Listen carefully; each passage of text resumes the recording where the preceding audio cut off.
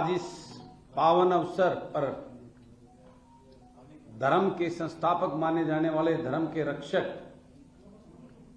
भगवान श्री कृष्ण जी की इस जयंती जिस प्रकार से द्वापर युग में अधर्म और अन्याय के खिलाफ भगवान श्री राम जी का जन्म हुआ था और उन्होंने उस अधर्म और अन्याय का नाश किया था। आज इसी प्रकार से इसी पावन अवसर पर भगवान श्री कृष्ण जी की जयंती पर आज हम भी इस प्रदेशवासियों से विचार विमर्श करके और प्रदेश के उस धरातल के जनमानस से विचार करके हमने निर्णय लिया हर एक पार्टी का नए राजनीतिक दल का गठन कर आज आपके सामने मैं करने जा रहा हूं। हरियाणा जन सेवक पार्टी। और आज इस जनता की अपनी जो सिर्फ इस प्रदेश की जनता के लिए जन सेवा का दृढ़ संकल्प लेकर काम करने वाले लोगों का ऐसा दल जो भगवान श्री कृष्ण जी में आस्था रखते हुए आज के इस राजनीति में फैले हुए भ्रष्टाचार, लूट और अन्याय के खिलाफ लड़ने के लिए हमने इस दल का निर्माण किया है। और ये संयोग ही है, मैं आपको बताना चाहता हूं सब साथियों को कि मैंने पहले नहीं सोचा था कि आज जो ये दिन 4-5 दिन पहले हमने निर्णय किया कि उस दिन हम इसका घोषणा करेंगे कि उस दिन श्री कृष्ण जी का जन्म दिवस होगा, जन्माष्टमी होगी। ये भी एक संयोग है, प्रभु की कृपा है कि आज उन्हीं के इस पावन जन्माष्टमी के अवसर पर हम सब अपने इस नए राजनीतिक दल हरियाणा जन सेवक पार्टी की घोषणा आप सबके समक्ष इस प्रदेशवासियों को एक नया विकल्प और इस प्रदेश में फैली लूट और झूठ की राजघरानों की उस राजनीतिक प्रथा का अंत करने के लिए हमने इस पार्टी का निर्माण किया है। और इसके लिए आप सब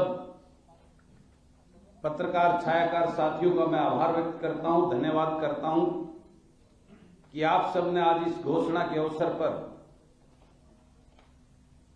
यहां पहुंचकर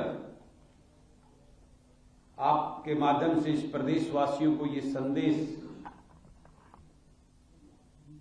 और हमारी इस पार्टी का नाम बचाने के लिए आप सब ने यहां सहयोग किया आकर, उसके लिए मैं आप सबका आभार व्यक्त करता हूं, धन्यवाद करता हूं।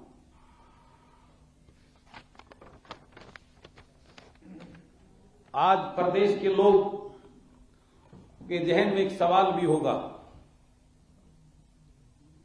इस पार्टी का निर्माण क्यों किया कुंडू साहब ने। तो मैंने 4 साल में मैंने यात्रा निकाली विधानसभा के अंदर इन राजनीतिक दलों का जो ये खेल करते हैं इस प्रदेश के लोगों के साथ, उनकी आंखों में धूल झोंकते हैं और अंदर खाते एक सेटिंग का ऐसा खेल जो सिर्फ वोट हासिल करने के लिए है। उस विधानसभा में मैंने देखा कि किस प्रकार से चिंता की जाती है इस प्रदेश के युवा की, इस प्रदेश के गरीब की, इस प्रदेश के किसान की, इस प्रदेश के कर्मचारी और व्यापारी की। वो बात देखकर, वो चीजें देखकर मुझे पीड़ा हुई, दुख हुआ कि मैं किस प्रकार ये राजनीतिक दल, ये राजघराने सिर्फ वोट लेने के लिए झूठे सपने प्रदेश के युवाओं को, इस प्रदेश के लोगों को दिखाते हैं, धरातल पे कुछ नहीं करते। उस विधानसभा लोकतंत्र के उस मंदिर कहा जाता है जो, उसमें किस प्रकार से शेरो शायरी करके और राजपाट राजा बनने की सोच के साथ इनकी कार्यशैली होती है, उस जनता के, उस गरीब के, जिसने वोट देकर इनको इस चंडीगढ़ में या दिल्ली में भेजते हैं, उनकी परवाह कोई नहीं करता। इस पीड़ा को लेकर आज प्रदेश का युवा का भविष्य अंधकार में है। आप सबने देखा होगा कि मैंने एक सवाल किया था सरकार से, प्रदेश के युवाओं का बेरोजगारी का डेटा मांगा था। तो उस सवाल के जवाब में सरकार, जो कल तक माननीय मुख्यमंत्री जी और सरकार के बड़े बड़े मंत्री ये दावा करते थे कि हमने बेरोजगारी को कम किया है, वो सरकार ने जवाब दिया है और उन्होंने माना है कि हरियाणा प्रदेश में 8.8% की बेरोजगारी है। लिखित में जवाब दिया है मेरे को। जबकि राष्ट्रीय स्तर के आंकड़ों की बात करें तो देश का बेरोजगारी का आंकड़ा 4.1% है। यानी सरकार के खुद के दावे जो आंकड़े दिए उसमें भी हरियाणा प्रदेश देश के नंबर 1 पर बेरोजगारी में है, डबल से भी ज्यादा। राष्ट्रीय स्तर 4.1 है तो हरियाणा का डेटा खुद दे रहे हैं 4.8 है। जबकि वास्तविकता जो मेरा आकलन है, मैंने पहले भी विधानसभा में कहा था कि प्रदेश के अंदर 30 लाख से ज्यादा युवा आज बेरोजगार है, जो लगभग 13-14% के करीब बनता है। और ये वास्तविकता, सच्चाई यही है। मैंने अपने लेवल पे, छोटे स्केल पे एक सर्वे कराकर इसका वो किया था, जिसमें लगभग इतना आंकड़ा निकल के आया। इस पीड़ा को देखकर उस युवा के भविष्य जो अंधकार में है, हम सब ने निर्णय लिया, जो युवा आज नशे और अपराध की तरफ जा रहा है। मेरा हरियाणा प्रदेश आज पंजाब को भी पीछे छोड़ गया है। मेरा युवा आज नशे में, अपराध में इतना अग्रणी होता जा रहा है। उस पीड़ा को लेकर मेरे साथियों के साथ हमने निर्णय लिया। उस किसान की पीड़ा को देखकर, जो दिन पर दिन सरकार बड़े बड़े दावे करती है, लेकिन पिछले दिनों आपको पता होगा मैंने एक प्रेस कॉन्फ्रेंस प्रेस क्लब में की थी। उसमें बीमा कंपनियों की लूट को उजागर किया था और बड़े बड़े उसके अंदर वो डॉक्यूमेंट भी दिए थे।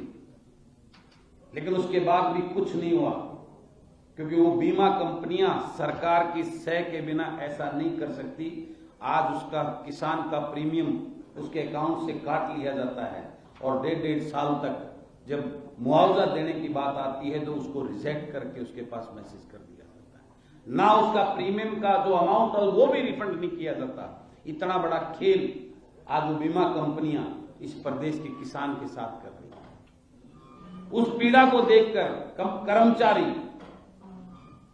आज पूरे प्रदेश का हर वर्ग, चाहे वह क्लरिकल स्टाफ है, चाहे वो आशा वर्कर है, चाहे नर्सिंग स्टाफ है, चाहे डॉक्टर हैं, चाहे ओपीएस का मुद्दा है, यानी प्रदेश का हर विभाग का कर्मचारी अपनी किसी ना किसी मांगों को लेकर आज सड़कों पर बैठा है। आज प्रदेश के युवाओं को कच्ची नौकरियां HKRN में देकर, जिनको 1-1 साल, 1.5 साल से उनकी सैलरी नहीं मिल रही, उनका शोषण किया जा रहा है। आज प्रदेश का हर वर्ग पीड़ित और परेशान है। प्रदेश के अंदर परिवार पहचान पत्र के नाम पर ऐसा सरकार ने एक जबरदस्त इस गरीब को पीड़ित करने के लिए, जहां मर्जी किसी की जिसकी 1 रुपए की इनकम नहीं, उसको 5 चढ़ा दिया, 5 वाले को 10 दिखा दिया, उससे बुजुर्गों की पेंशन काट दिए। यानी हर पोर्टल की सरकार बना दी है। तो हर परिवार का कोई ना कोई बंदा, इन सभी पीड़ाओं को लेकर आज प्रदेश में बिजली के लिए हाहाकार, बड़े बड़े दावे कर रही है सरकार कि हमने पहले इतना कर्ज था बिजली के ऊपर, हमने इतना कम करके इस लेवल पर ले आए हैं, हमने चोरी को उसके लीक दिया।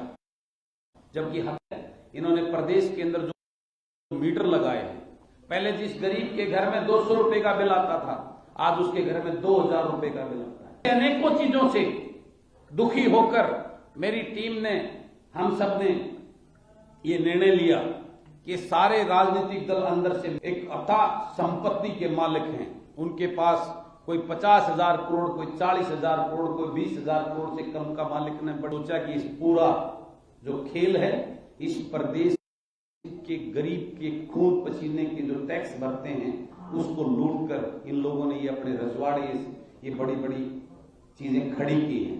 इस सब को रोकने के लिए जब तक उस आम जनमानस, किसान, मजदूर, गरीब के बेटा, ऐसा बुद्धिजीवी जो उस तकलीफ और दर्द को जानता हो, ऐसे लोगों का एक दल जब तक राजनीतिक रूप से सक्रिय नहीं होगा और ये गुलामी की प्रथा, जो नेता अपने गुलामों को टिकट देकर विधानसभा और लोकसभा में जो सिर्फ उनके जयकारे लगाते हैं, इन सब चीजों से इस प्रदेश के लोगों का पीछा छुड़ाकर उनके अपने बेटे और भाई, बहन, बेटियां जब तक इस विधानसभा और लोकसभा में नहीं आएंगी, तब तक इस प्रदेश और देश का विकास नहीं हो सकता।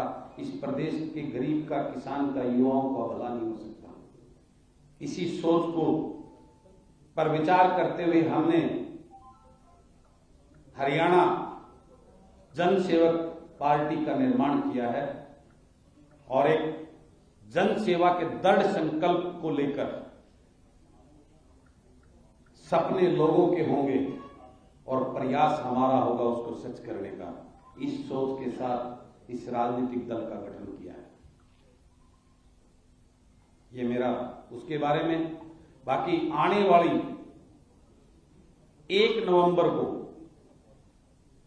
जींद में हम इसकी बड़ी रैली करके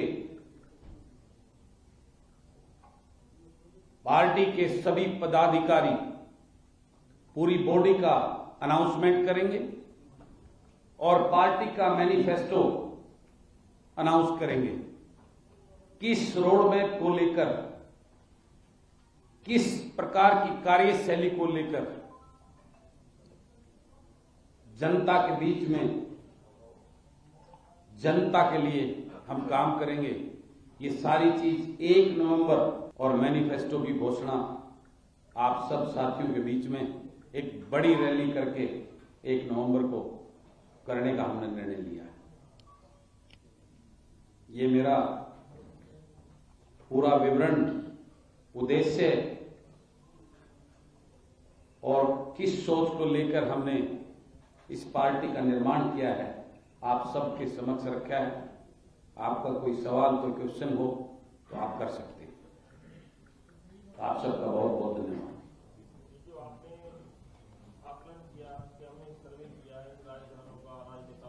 जी,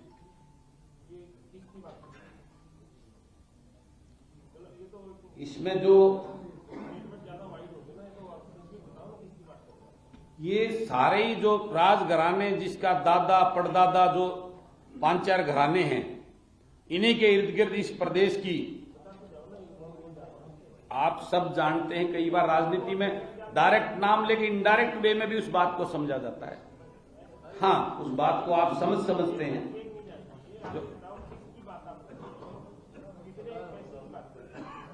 देखिए, ये आप सब बहुत अच्छी तरह जानते हैं, आपको पता भी है। शायद आप लोगों की कुछ ये हो सकता है कि आप उन चीजों को उस वे में, जैसे मैं बोल रहा हूं, आप बोल और लिख नहीं सकते, उसके लिए मजबूरियां नहीं होती।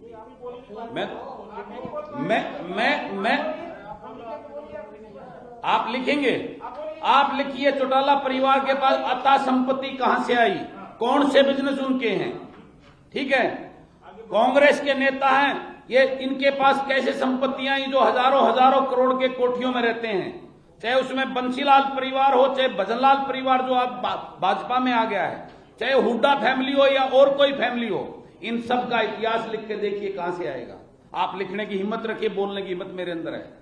लेकिन कई बार क्या होता है, बंधुवर, बुलवाना नहीं, कई बार क्या होता है, मैं बोल देता हूं लेकिन आप लिखते नहीं हो जो मैं बोलता हूं सारी चीजें हैं। चलो, धन्यवाद आपका। मैं तो हर बारी बात रखता हूं।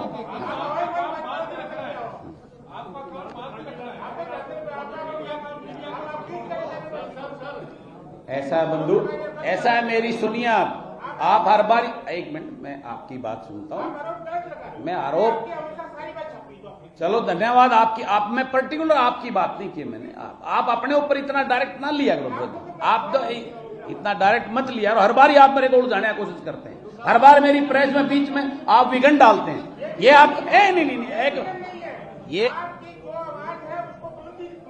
बुलंदी मेरे अंदर, मेरी आवाज में बहुत है। मैं सच का और ईमानदारी की राजनीति करता हूं।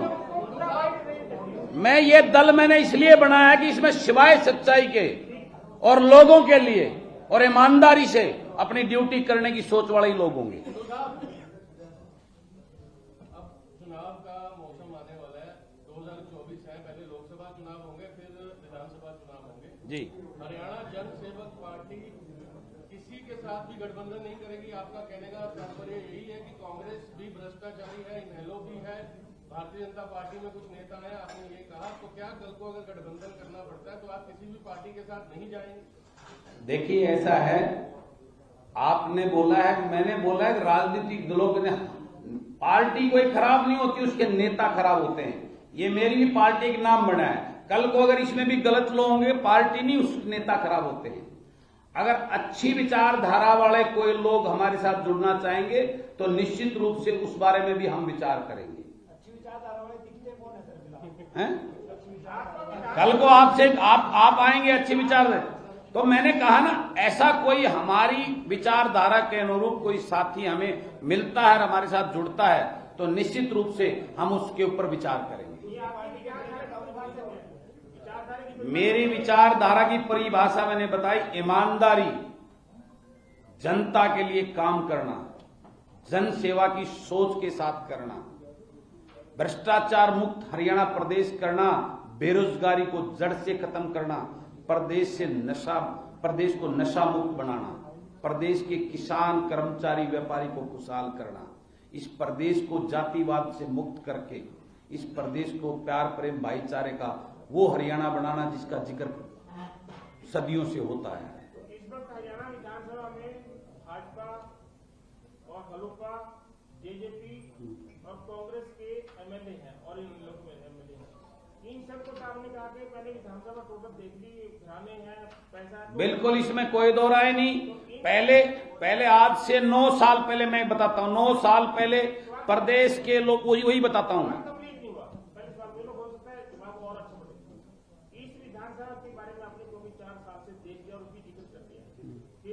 सारे लोग देखते हैं, सेब शायरी ये वो करते हैं, तो जो इन 4-5 जो पार्टियां मैंने बताई है, इनके अलावा कोई और पार्टी की विचारधारा के साथ मेल खाने वाली के साथ इनके साथ भी कर सकते।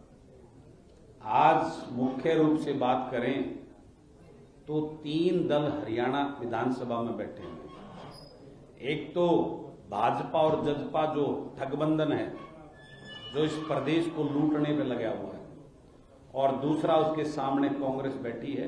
बाकी तो सारे इंडिपेंडेंट ही समझो, एक एक दो जो भी आएंगे। तो मैं आपसे ये बात कहना चाहता हूं, ना मेरा जो एक वो इंडिपेंडेंट ही एक उदाय, मैं आपसे इस बात को कहता हूं, ना हमारा जो गठबंधन वो कांग्रेस से होगा, ना भाजपा से होगा और ना जजपा से होगा। उसके अलावा कोई अच्छी सोच, अच्छी विचारधारा और ईमानदार सोच के कोई साथी कोई मिलेंगे तो हम उस पर विचार करेंगे निश्चित रूप से।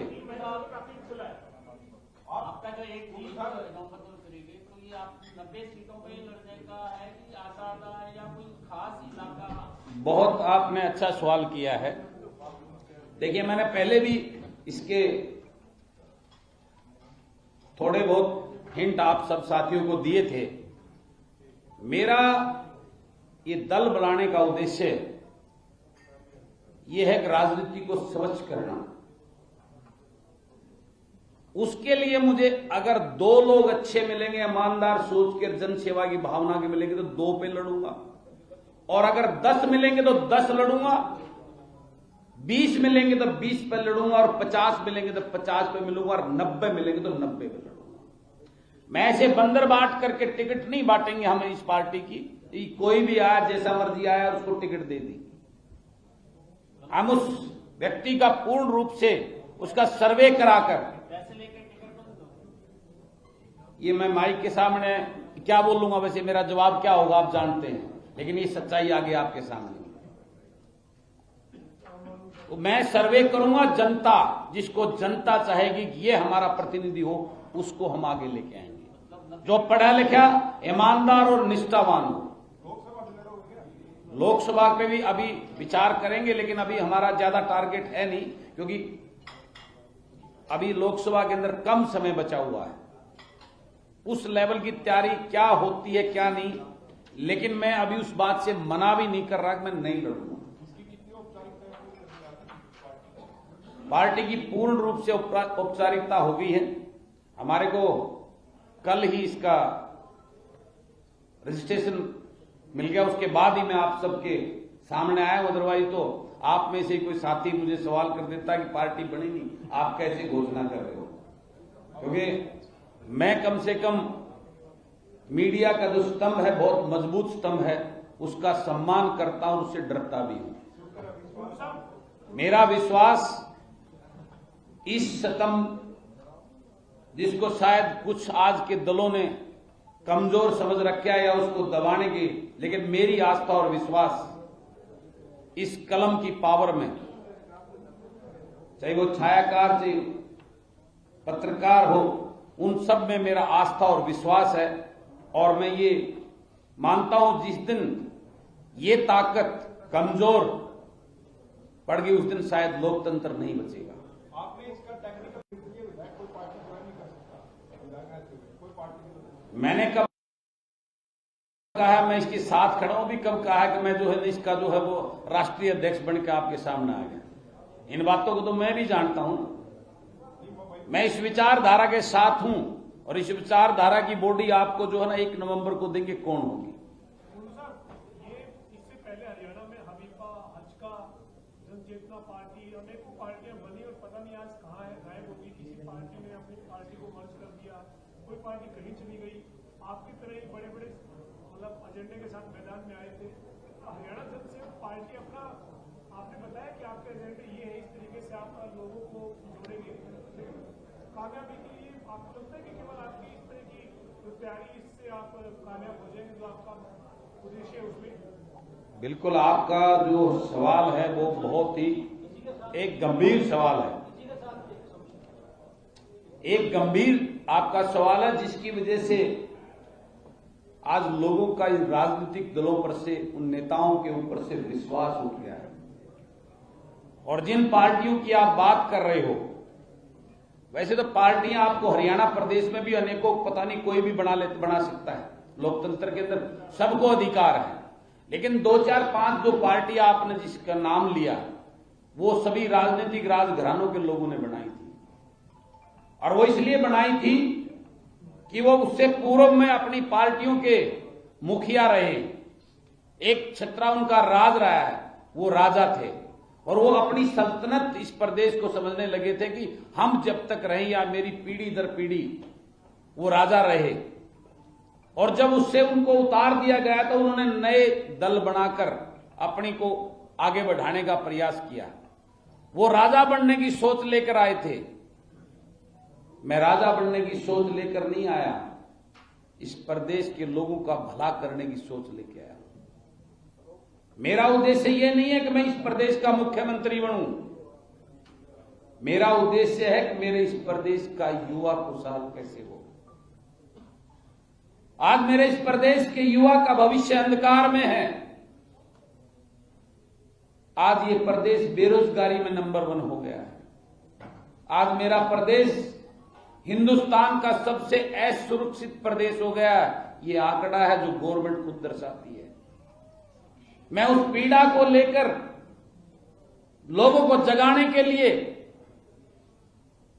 और ऐसे भ्रष्ट और लूट की सोच लेकर, जो इनको बड़े बड़े सपने दिखाकर इनकी वोट को लूट जाते हैं, ऐसे नेताओं से सजग सावधान करने के लिए इस दल को बनाकर मैं इस प्रदेश की राजनीति करने आया। मैं मुख्यमंत्री बनने के लिए मैं इस प्रदेश को, किसान को खुशहाल करने के लिए, उसको आबाद करने के लिए, मैं इस प्रदेश के गरीब को उसका हक दिलाने के लिए, इतने साल हमारे देश को आजाद हुए हो गए, बाबा साहब ने संविधान बनाया था और उसमें बहुत सारी ऐसी सुविधाएं उस गरीब के लिए सुनिश्चित की थी ताकि वो गरीब, पिछड़ा, दलित आगे बढ़ सके। लेकिन बड़ा दुर्भाग्य है, इतने साल इस भारत को, हिंदुस्तान को आजाद हुए हो गए, आज भी उस गरीब की हालत नहीं सुधरी है। आज भी उसका शोषण हो रहा है। आज गरीब गरीब होता जा रहा है, अमीर अमीर होता जा रहा है। उस सिस्टम को, उस गरीब को उसका हक, खाली बातें, भाषण नहीं, धरातल पे, ग्राउंड से उस गरीब को हक दिलाने के लिए बातें करते हैं महिला सशक्तिकरण की, और आज इस प्रदेश के मंत्री हमारी प्रदेश की बेटियों के साथ जो व्यवहार कर रहे हैं वो पूरा देश और संसार देख रहा है। उसको धरातल पर सच्चाई के साथ उस महिलाओं को, बहनों को, उनका हक और सशक्तिकरण, उसको मजबूत करने की सोच लेकर मैंने ये दल बनाया। इस प्रदेश को जातिवाद के नाम पर नहीं, धर्म के नाम पर नहीं, इस प्रदेश को विकास के नाम पर, भाईचारे के नाम पर आगे बढ़ाने की सोच लेकर मैंने इस दल को बनाया। क्या कार्यक्रम रहने वाले हैं आपकी पार्टी के, क्योंकि अभी 1 नवंबर का तो आपने ऐलान किया, उससे अभी 1 नवंबर की तैयारी करेंगे हम, और 1 नवंबर को, आज का ये कार्यक्रम भी आपको आज ही मैं निमंत्रण देता हूं 1 नवंबर का, और 1 नवंबर को हम आपको दिखाएंगे कि पार्टी का आगाज क्या है। आज मैं बीच में बोल रहा था भाई साहब, 9 साल पहले इस प्रदेश के लोगों ने से परेशान और दुखी होकर एक नए विकल्प के रूप में इस भाजपा को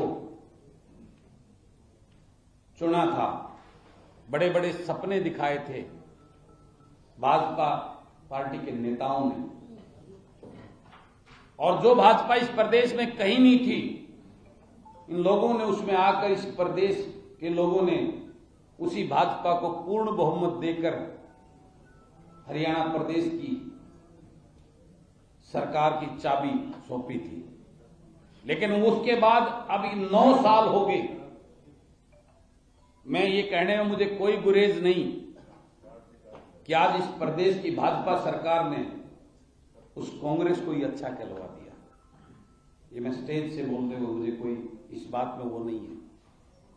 इन्होंने सारी सीमाएं, आज प्रदेश भ्रष्टाचार में नंबर 1 है, आज प्रदेश बेरोजगारी में नंबर 1 है, आज प्रदेश अपराध में नंबर 1 है, आज प्रदेश महिलाओं के साथ हो रहे दुर्व्यवहार, महिलाओं के साथ हो रहे अपराधों में नंबर 1 पे है। आज प्रदेश का के अंदर बसिंदा हर लोग, एक प्रदेश का मुख्यमंत्री ये कहता है कि हम सबको सुरक्षा नहीं दे सकते, इससे बड़ा दुर्भाग्य क्या होगा। एक प्रदेश का मुख्यमंत्री शिक्षक दिवस पर इस प्रदेश को सौगात देता है जेलों की, इससे बड़ा दुर्भाग्य नहीं हो सकता। कल शिक्षक दिवस था। शिक्षक दिवस पर माननीय मुख्यमंत्री मनोहर लाल जी इस प्रदेश के युवाओं को कोई यूनिवर्सिटी देते, कोई इनको रोजगार देते, नए शिक्षकों की जो कमी है स्कूलों में, कॉलेजेस में, उनकी भर्ती करते, तो शायद वो तोहफा इस प्रदेश को आगे बढ़ाने का होता है। लेकिन क्या दिया, ये इनकी सोच को दर्शाता है। जेलें दी हैं इस प्रदेश को माननीय मुख्यमंत्री जी ने शिक्षक दिवस के अवसर पर। ये सोचने की बात है कि इनकी मानसिकता और सोच कैसी है। तो आज 1 नवंबर को, आज दोबारा से वही नेता हैं, वही पार्टी है, भाजपा से परेशान और पीड़ित होकर आज दोबारा से उसी दल की तरफ जिसको 9 साल पहले सत्ता से बाहर करने का काम किया था इस प्रदेश के लोगों ने, उसकी तरफ देखने लगे, उसकी चर्चा करने लगे। उसकी वजह है उससे कोई खुशबू नहीं आ रही उस कांग्रेस पार्टी से या उसके नेताओं से, लेकिन आज लोगों को यह लगता है कि भाजपा को हरा सकती है तो कांग्रेस हरा सकती है। आज उनको विचलित हैं, उनको कोई नजर नहीं आ रहा कि किसके साथ जुड़कर हम 1 नवंबर को इस प्रदेश की जनता को एक नया विकल्प देंगे और इस प्रदेश को आगे बढ़ाने के लिए हम दिल से और आत्मा से एक कठोर परिश्रम कर इस प्रदेश को बचाने के लिए हरियाणा जन सेवक पार्टी का हर साथी, हर कार्यकर्ता जमीन पर काम करेगा और लोगों को जगाने का काम करेगा। आपने कहा था 2 साल तक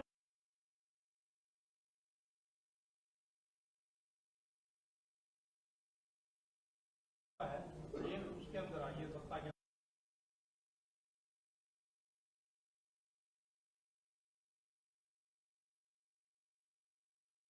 जब इस विधानसभा में आकर मैंने आपको ये बोला, इस विधानसभा में आकर जो इनका खेल देखा, आप एक बात क्यों भूलते हैं कि मैंने जब ये सरकार बड़ी समर्थन भी दिया था इनको, लेकिन मात्र 2 महीने के अंदर ही कि जो चीज लेकर मैंने कहा, मैंने भ्रष्टाचार बताया कि ये भ्रष्टाचार हो रहा है और उस पर जो रवैया देखा माननीय मुख्यमंत्री जी का, तो मैंने खड़ा होकर विधानसभा में इस लुटेरी सरकार से समर्थन भी तो वापस लिया था। भाईजान, उस बात को क्यों भूल रहे हैं?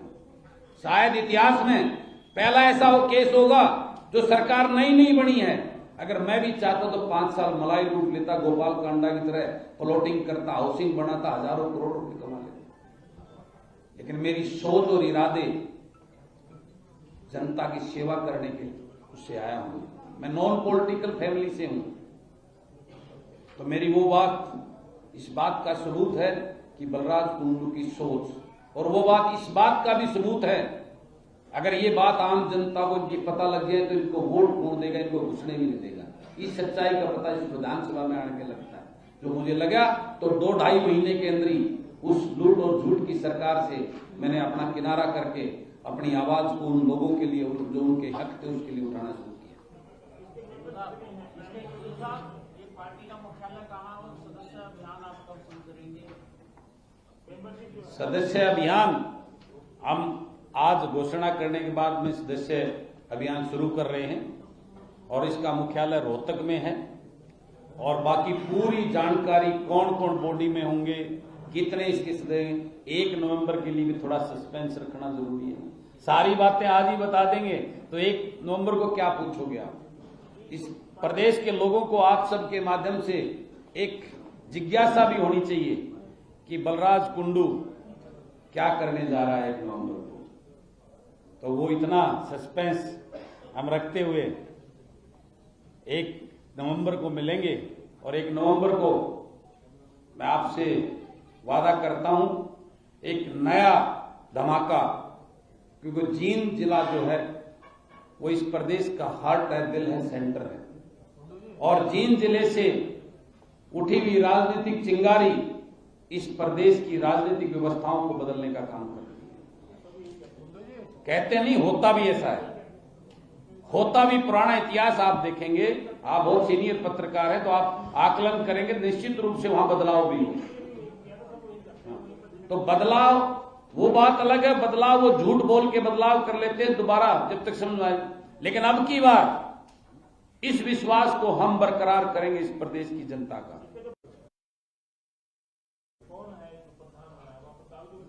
वो सब आपको दे दूंगा, मैं उसकी कॉपी दे देंगे हम। आपने जो पार्टी संगठन बनाया है, जैसे स्टेट में काम करोगे, स्टेट से बाहर भी जाओगे, मतलब जन अभी सिर्फ स्टेट के लिए काम करेंगे जी। पहले अपने घर को खुशहाल करेंगे, उसके बाद पड़ोसी को देखेंगे। लोकसभा तो आप मना ही कर रहे हो, फिर विधानसभा के लिए संगठन मैंने शायद इकट्ठे ही हो जाए इस बात का तो आज तो कुछ कह नहीं सकते, लेकिन हमारी तैयारी पूरी के साथ हम काम करेंगे। लेकिन फिलहाल सिर्फ और सिर्फ हरियाणा में जो अपना घर है उसको, जो सिस्टम बिगड़ा हुआ है उसके लिए काम करें। वो क्या क्या बिगड़ रहा है सिस्टम, थोड़ा और बताओ। वो 1 तारीख को बताएंगे, बाकी चीजें थोड़ा सस्पेंस रहने दो। तो आप सब साथियों जी, लंबे समय से चर्चा थी कि आप पार्टी बनाएं जी और कंफर्म भी लग रहा है जी। इस बीच किसी पार्टी ने या दूसरी पार्टी के बड़े नेताओं ने आपसे अप्रोच किया कि आप रहने दो, आप हमारे साथ आ जाओ, आपको ये दे देंगे, वो दे देंगे, ये पद दे देंगे, क्या ऐसा कुछ हुआ? उसका एक बहुत छोटा सटीक जवाब मैं देता हूं। हरियाणा प्रदेश की ऐसी कोई पार्टी नहीं जिससे मेरे जिसके नेताओं ने मुझे संपर्क न किया। क्या ऑफर मिला? भाई इतना ही बहुत है, थोड़ा सा ज्यादा भी।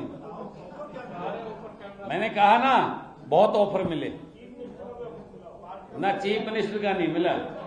शायद मिल जाता तो मैंने लाल जी दे देते, तो मैं क्या पता, मेरा भी ईमान थोड़ा देना, लेकिन मैं उसको दुरुस्त कर देता अगर मुझे मिलता तो। ये पक्की बात थी।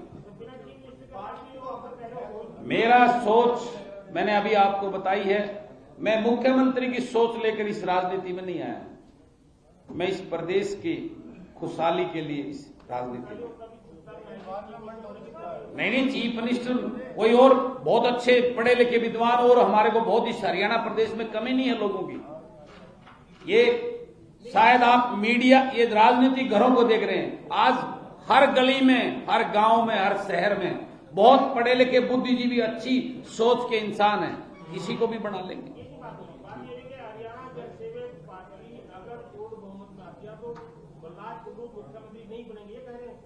वो पार्टी डिसीजन करेगी। पार्टी के लोग उसमें जो सबसे श्रेष्ठ अच्छा हो, जो अच्छा होगा उसको बनाएंगे। जो सबसे श्रेष्ठ और अच्छा होगा उसको बनाएंगे। आप हो सकता है तब तक आप हमें अच्छे लग जाए, हमारी पार्टी में पत्रकारिता छोड़ के आ जाए तो आपको भी बना देंगे।